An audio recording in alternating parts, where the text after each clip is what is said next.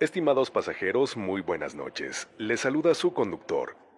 Queridos pasajeros, bienvenidos a un viaje más, a través de la desolada carretera. Hoy con un tema que me he dado cuenta tanto a ustedes como a su servidor nos llama muchísimo la atención y que había quedado un poco de lado en este espacio, pero que hoy, gracias a ustedes, nos es posible retomar. Fallas en la realidad, errores en la Matrix y viajes en el tiempo. Me gustaría saber si alguno de ustedes pasajeros ha experimentado algo similar. No olviden expresarse en la caja de comentarios.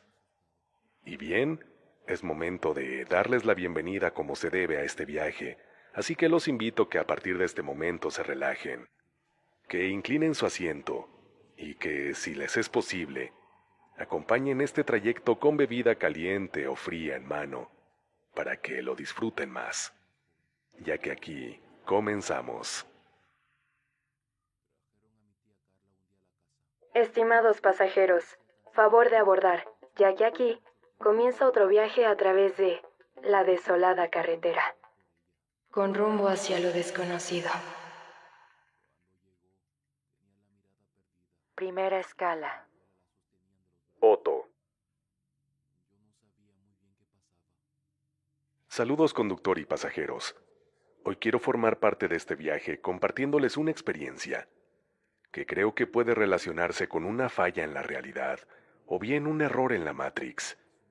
Y me gustaría saber si alguno de ustedes pudiera explicarme lo que recientemente me pasó. Hace algunos días, empecé mi rutina como de costumbre. Por la mañana tomé a mi bebé y a mi perrito de nombre Otto para salir a caminar después de que desayunamos. Cabe señalar que esta es una nueva rutina para nosotros y no hemos tomado este camino más que un par de veces. Ese día, estaba caminando cerca de una escuela que hay por aquí y de pronto nos encontramos con un empleado, un hombre de mediana edad, de unos 50 años, que a juzgar por su apariencia se podría adivinar era un maestro. Seguimos caminando y al pasar junto a él, me saludó amablemente diciendo, «Hola, buenos días». Pero lo realmente extraño vino cuando se inclinó, vio directamente a mi mascota y dijo, «Oh, hola Otto». Inmediatamente después de eso, volteó a verme, con una mirada ciertamente de preocupación y vergüenza, como si hubiera incurrido en un grave error, y sin decir más apenado dio la media vuelta y se fue. Lo que no me explico es cómo rayos sabía el nombre de mi mascota, ya que nunca lo habíamos visto ni hablado con él. Ahora, mi perro porta un collar, pero no tiene ninguna placa que diga su nombre. Además, este es Otto. Es un nombre alemán que, francamente, no considero que sea tan común como para que esta persona lo hubiese adivinado. Como sea, creo que lo más sorprendente de esta experiencia pasó cuando dimos la vuelta a la calle, y donde se suponía que tenía que haber estado este hombre, había sido reemplazado por una mujer, también de mediana edad, que vestía ropas similares, misma que cuando pasamos junto a ella, nos miró y dijo «Buenos días». Después dirigió su vista a mi perro y dijo «¡Ay, qué bonito!». Lo que intuyo era lo que se suponía que la primera persona tenía que decir originalmente, excepto que él cometió un error. Hasta este día, no me explico lo que pasó. Segunda escala. El intruso. Saludos conductor y pasajeros. Les tengo un relato acerca de fallas en la realidad que verdaderamente me sorprendió. Hace 10 años yo tenía una pareja. Un día hicimos planes para que viniera en la noche, ya que mi hija esa vez se iría a quedar a la casa de una de sus amigas. Y como siempre hemos vivido ella y yo solas, esa noche podría tener algo de libertad y privacidad. Antes de que mi novio llegara, decidí tomar un baño. Mientras estaba en la regadera, recibí un mensaje de texto. Era él, y me hacía saber que llegaría en unos 10 o 15 minutos a mi casa, lo que me hizo apresurarme. Sin embargo, mientras todavía estaba en la bañera, logré escuchar el característico sonido de su camioneta, justo arribando al frente de mi casa.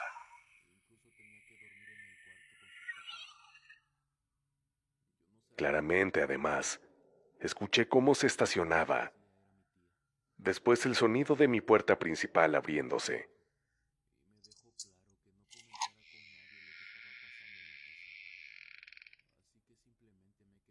Primero la perilla girando, y luego el crujir de la puerta.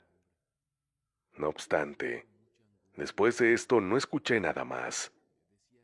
Con la certeza de que era mi pareja, decidí saludarlo. ¡Hey! Estoy todavía en la bañera. Estaré lista en un minuto. Por favor, espérame en la sala. Apresuré mi paso.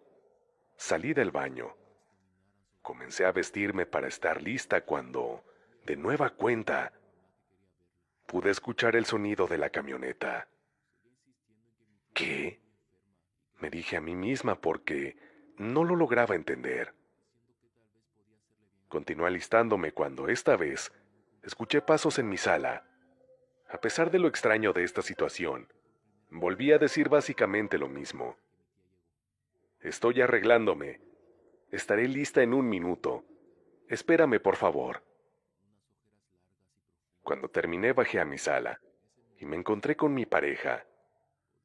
Lo saludé y después le dije, «Oye, tengo una pregunta que tal vez te resulte algo extraña. Cuando llegaste, la puerta estaba cerrada», a lo que su respuesta me dejó helada, ya que él me dijo que no, que la había encontrado abierta y que simplemente había entrado. En ese momento una sensación de terror se apoderó de mí, porque aquello quería decir que, tal vez, había alguien al interior de mi casa, con nosotros. Le expliqué lo que había pasado y le dije, tenemos que revisar. Yo me quedaré buscando aquí en la planta baja. Tú por favor sube. Así lo hicimos y yo comencé a caminar lentamente, tratando de ver si había alguien en cualquier rincón, mientras escuchaba cómo mi novio subía las escaleras y para posteriormente escuchar sus pasos deambulando en la planta alta. Transcurridos un par de minutos subí las escaleras y al final de ellas me encontré con él. Pero al verme, hizo una cara de susto, como no tienen idea. Sus ojos parecían que en cualquier momento se iban a salir de sus cuencas, mientras que su respiración comenzó a volverse cada vez más agitada, al mismo tiempo que rápidamente palideció. ¿Qué encontraste? ¿Qué viste?, le pregunté, pero parecía que él no podía hablar. ¿Dónde estabas?, me cuestionó con temblorosa voz.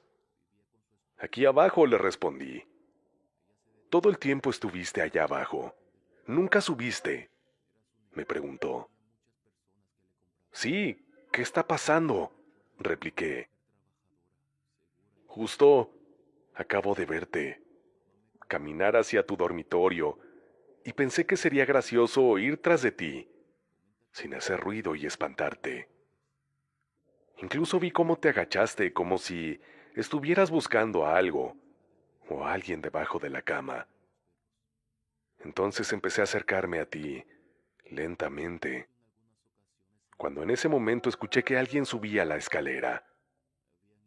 Giré la mirada por un segundo y al devolverla, yo, la que estaba en la recámara, ya no se encontraba ahí. Se había desvanecido. Y ahora estás aquí frente a mí. ¿Qué rayos acaba de pasar? En ese momento ambos estuvimos cerca de salirnos de nuestros cabales. Nos tranquilizamos y posteriormente le revelé todo lo que en un principio había escuchado es decir, su camioneta llegando y la puerta abriéndose, y luego cómo lo escuché llegar por segunda vez. Esa noche dormimos los dos en la sala, porque estábamos genuinamente asustados. No sé, conductor y pasajeros, si han llegado a escuchar la teoría de los doppelganger. En caso de que no, les platico. Este es un vocablo de origen alemán que se usa para designar a nuestros dobles, ya sean fantasmagóricos o malvados, que se supone todos tenemos. Por alguna razón que todavía desconozco, creo que esa noche, mi pareja y yo nos encontramos con los nuestros. Como sea, a esta fecha todavía me da escalofríos pensar, ¿qué hubiera pasado si mi novio no me hubiera escuchado subir y se hubiera encontrado con mi doble en la recámara? Saludos, conductor y pasajeros. Tercera escala. La tienda de telas. Hace algunos años, junto con mi hija, que en ese momento tenía 5, visitamos una famosa tienda de telas, aquí en México. Yo estaba realizando mis compras cuando de pronto, en un descuido, la perdí de vista, a pesar de que le había dicho que no se separara de mí. Esto en el lugar no era extraño, ya que existe poca visibilidad, debido a los numerosos estantes donde se exhiben los altos y gruesos rollos de tela. Pensé que mi hija se había ido corriendo por ahí y que bastarían unos segundos para encontrarla. Así que empecé a llamarla por su nombre, pero no obtuve respuesta. Los segundos pronto se convirtieron en minutos, y mi corazón se empezó a acelerar, al mismo tiempo que sudor frío recorría mi frente. Pedí ayuda al personal y ellos me dijeron que no la habían visto salir. A su vez se unieron a mi búsqueda. Ya casi al borde de estar aterrada, unos 5 minutos después, por fin, tras unos rollos, salió mi hija. Obviamente se hizo acreedora a su respectivo y enérgico regaño. Y cuando la cuestioné acerca de dónde estaba, su respuesta me sorprendió. En el segundo piso, mami, me dijo. En el segundo piso. No digas mentiras. Aquí no hay segundo piso, le dije, ya que aquella tienda únicamente contaba con una planta baja. Pero mi hija se mantuvo firme y me dijo que se encontró con unas escaleras y que había subido al segundo piso para conocerlo. Después había escuchado que la estábamos llamando por su nombre y entonces bajó. Le pedí que me indicara el lugar de estas supuestas escaleras, pero al llegar a este punto, ella me dijo que habían desaparecido. Obviamente no le creí, y atribuí sus palabras a su imaginación de niña, o bien a su intención de no querer ser regañada. Así que al final, dejamos el asunto así. El tiempo pasó y por ciertas cuestiones, regresamos a la tienda.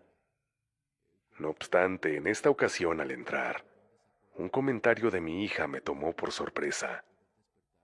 «Mira, mami, son las escaleras por las que subí», me dijo señalando a un punto. Efectivamente, en ese lugar se encontraban unas escaleras, mismas que al verlas, no pude evitar sobresaltarme, ya que de nuestra primera experiencia, donde ella se había perdido, hasta este momento, habían pasado 3 años.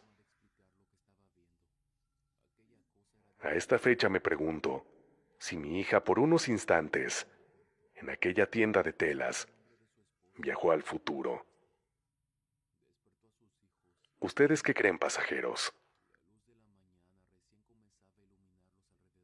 Estimados pasajeros, espero que estén disfrutando de este viaje. Antes de continuar, una pequeña pausa para que hagan un refill o bien vayan por más botana. Aprovecho también para recordarles que si aún no lo hacen, es importante que se suscriban a este canal y activen la campanita de notificaciones. ya que así no se perderá ninguno de nuestros próximos viajes, y además estarán en condiciones de decir hashtag Yo soy pasajero. Recuerden que tengo perfil personal de Instagram, en donde comparto aspectos un poco más personales de la vida diaria de su servidor, y en donde me daría mucho gusto saludarlos y que nos conozcamos de una manera más personal. Apreciaría mucho que te añadieras. Te espero, me encuentras en esta red social como Locutoni MX. Locutoni MX. Estamos recibiendo sus relatos en el correo midesoladoes@gmail.com. midesoladoes@gmail.com. De antemano, muchísimas gracias por ayudarme a darle vida y continuidad a este espacio. Y si te gustó este contenido, agradecería mucho lo compartieras con alguien que creas que le puede llegar a gustar y que se pueda integrar a esta extraordinaria comunidad de pasajeros. Te lo agradecería enormemente. Y bien, pasajeros, es momento de ir hasta nuestra cuarta, última y sorprendente escala de esta noche. Espero que la disfruten. Cuarta escala. La Torre de la Catedral. Saludos, conductor y pasajeros. Les escribo desde Monclova, Coahuila. Yo soy de aquí, pero parte de mi familia reside en Aguascalientes, en el centro de México. Hace algunos años yo me encontraba de visita en este estado, y mis familiares me habían llevado al Jardín de San Marcos, un lugar icónico de esta ciudad, y que es donde precisamente inicia la famosa Feria Nacional de San Marcos. En esa ocasión, tras una caminata, me senté en una de las bancas del jardín. En ese momento pasó algo que llamó mi atención, y que al hacer uno de los viajes aquí en la desolada carretera, no pude evitar recordar. La presencia repentina de frío. Un frío intenso e inexplicable que de pronto sentí. Al igual que en aquel relato, un descenso en la temperatura por demás extraño, ya que nos encontrábamos en mayo, y este mes en esta ciudad es muy caluroso. Conforme pasaron los segundos, un sopor profundo me invadió. No pude luchar contra él, y finalmente perdí el conocimiento. Cuando volví en mí, supe que me había desmayado por espacio de algunos minutos, y al recobrar la conciencia, pude encontrarme con mi familia, que me veía preocupada. No me siento mal, les dije. No se preocupen. No sé qué me pasó, pero ya estoy bien. Cuando estuvimos más tranquilos, comenzamos a caminar. Fue ahí que al contemplar la Catedral de Aguascalientes, visible desde el jardín, vino un recuerdo a mi mente. Y entonces le dije a mi tío que caminaba a un costado mío. ¿Sabes? Mientras estuve desmayada me pasó algo extraño. Tuve un sueño. En él veía el jardín y a gente, pero ellos no estaban vestidos de manera normal, ya que portaban ropa que parecía antigua. En ese momento volteé a mi derecha y pude ver la catedral, pero algo muy extraño fue que la vi con una sola torre, no las dos que tiene. Al decir esto vi como el ceño de mi familiar se frunció e hizo una mueca de preocupación, pero no dijo nada, así que seguí con mi relato. Caminé a la explanada del templo de San Marcos, pero esta no estaba pavimentada. Entonces me acerqué a la gente para preguntarles que dónde estaba, que qué fecha era, pero todos los presentes se limitaban a observarme de la manera más extraña que te puedas imaginar, como si no se explicaran mi presencia. Fue entonces cuando desperté y los vi a ustedes nuevamente. Así terminé mi relato, limitándolo a una anécdota curiosa. Días después mis vacaciones terminaron. Regresé a Monclova y, transcurrido un año, regresé otra vez de visita a Aguascalientes. En esa ocasión, durante mi estancia, tuvo ocurrencia una exposición de fotografías antiguas en la Casa de la Cultura. Y siendo una persona que este tipo de eventos le llaman la atención, le pedí a mis familiares que fuéramos. Al llegar estaba recorriendo las galerías, pero en cierto instante, una foto llamó mi atención. Me acerqué a ella para contemplarla con más detenimiento y al observarla a detalle, me estremecí por completo y pude sentir cómo los vellos de mi cuerpo se erizaban, ya que aquella era una foto antigua de la Catedral de Aguascalientes, misma en la que se podía apreciar, en sus primeros años de construcción, contaba con una sola torre, tal como en mi supuesto sueño la había visto. En el texto al calce de esta imagen, se hacía saber que la construcción de esta torre se llevó a cabo de 1943 a 1946, mientras que la conclusión de la primera etapa de la catedral se había registrado en 1738. Este era un dato que yo, obviamente, desconocía por completo. Aquí les dejo, pasajeros, una imagen parecida a la fotografía que vi.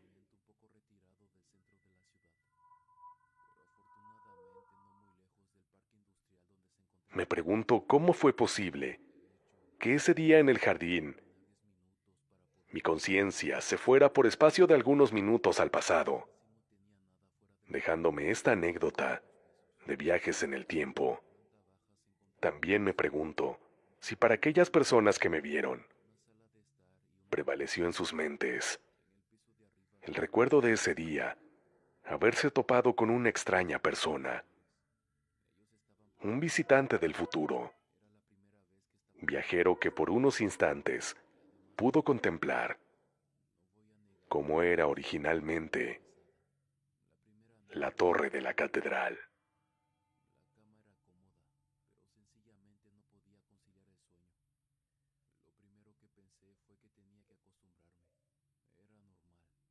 Estimados pasajeros, hemos llegado a nuestro destino. Gracias por acompañarnos en este viaje. Es momento de descansar. Si creen poder.